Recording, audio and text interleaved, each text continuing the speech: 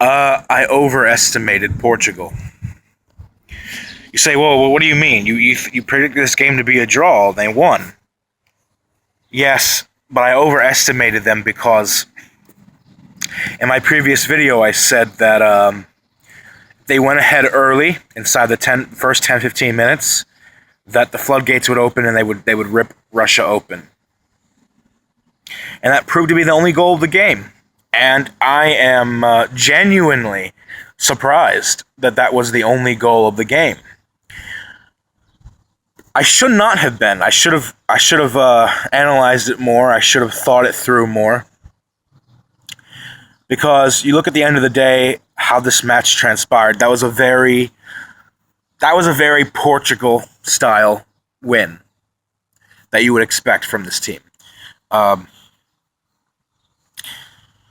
can't believe I'm saying this, but one of the Fox Sports commentators that I generally don't agree with said something that I agree with now. It was Alexi Lawless. He said that Portugal is not a team that typically destroys their opponent. They are a superpower in world football, current European champions, but whenever they play lesser opposition, they never destroy them. They just beat them, like by a 1 or 2 goal margin. And he's right. You look at how Portugal played. First of all, I want to say the first half and the second half were like 2 totally different games. It was as if 2 different teams had taken the field in the second half. Because I thought Russia was out of this once Cristiano netted the header. Wonderful cross, by the way, from Rafael Guerreiro.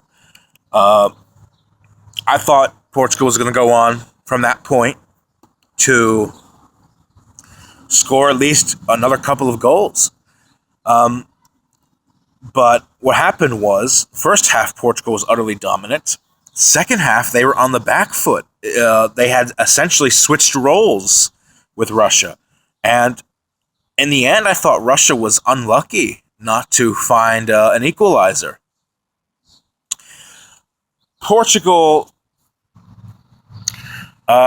switched off during the second half, and you could tell Fernando Santos was angry.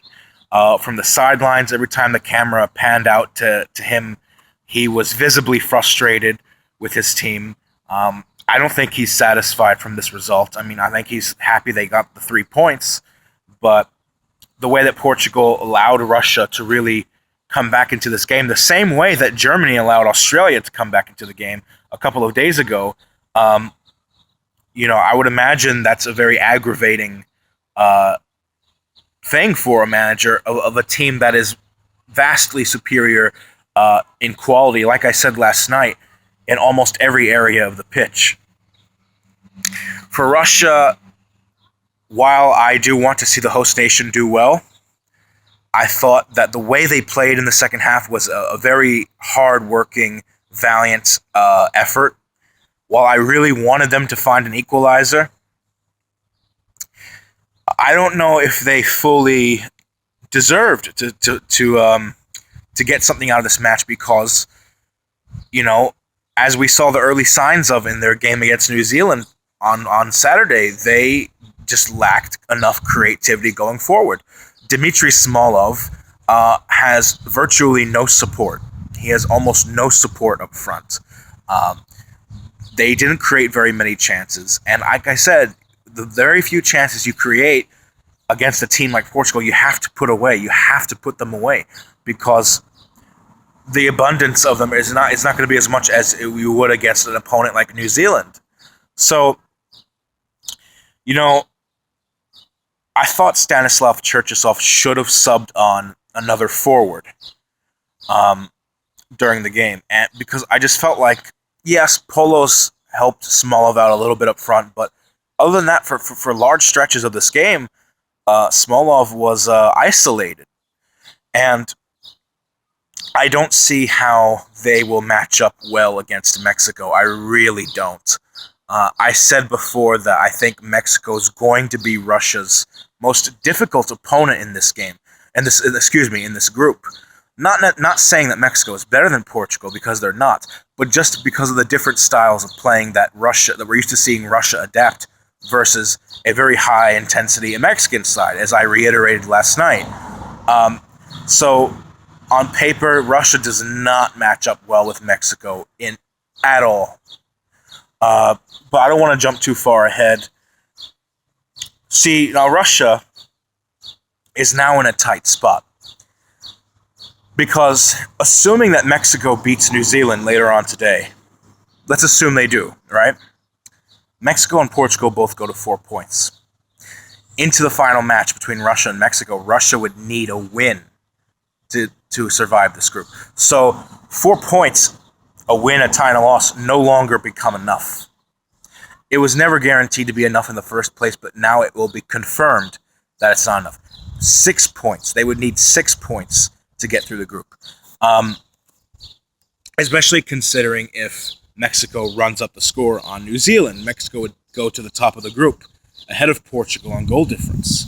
And speaking of which, Mexico now have a great opportunity, after 2 games being played each in Group A, to go at the top of Group A, level with Portugal and same number of points, but with a much superior goal difference. Portugal has a +1 with 3 goals scored, a +1 goal difference with 3 goals scored and 2 conceded.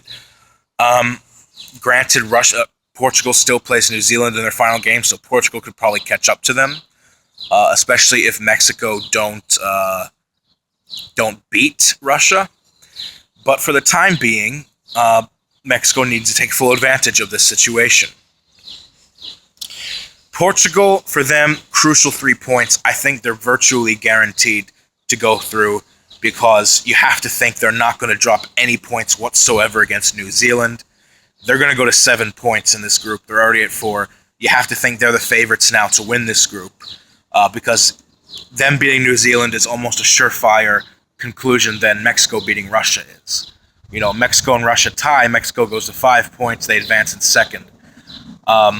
Unless Mexico beat Russia, in which case we would have 2 teams with 7 points, and then way down below them, Russia with 3, New Zealand with 0. Totally possible. But this was a really bad result for Russia, not just because of the loss itself, but what this loss means. It means now that they very, very likely have to beat Mexico, and a draw would not be enough.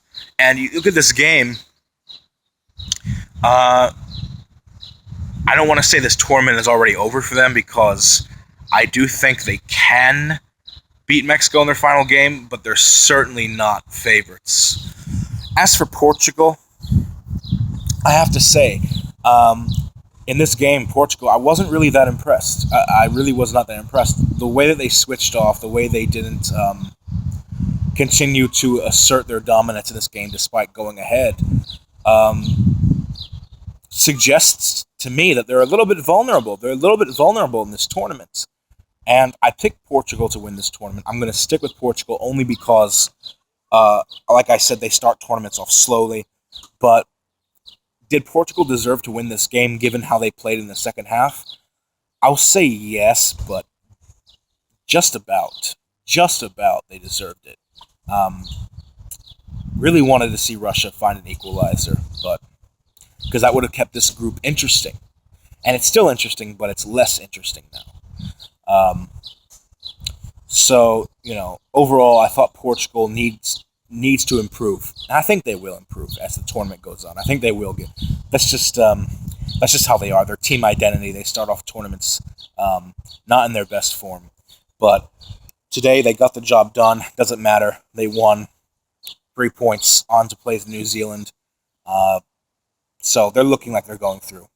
See you in my next video. Peace out.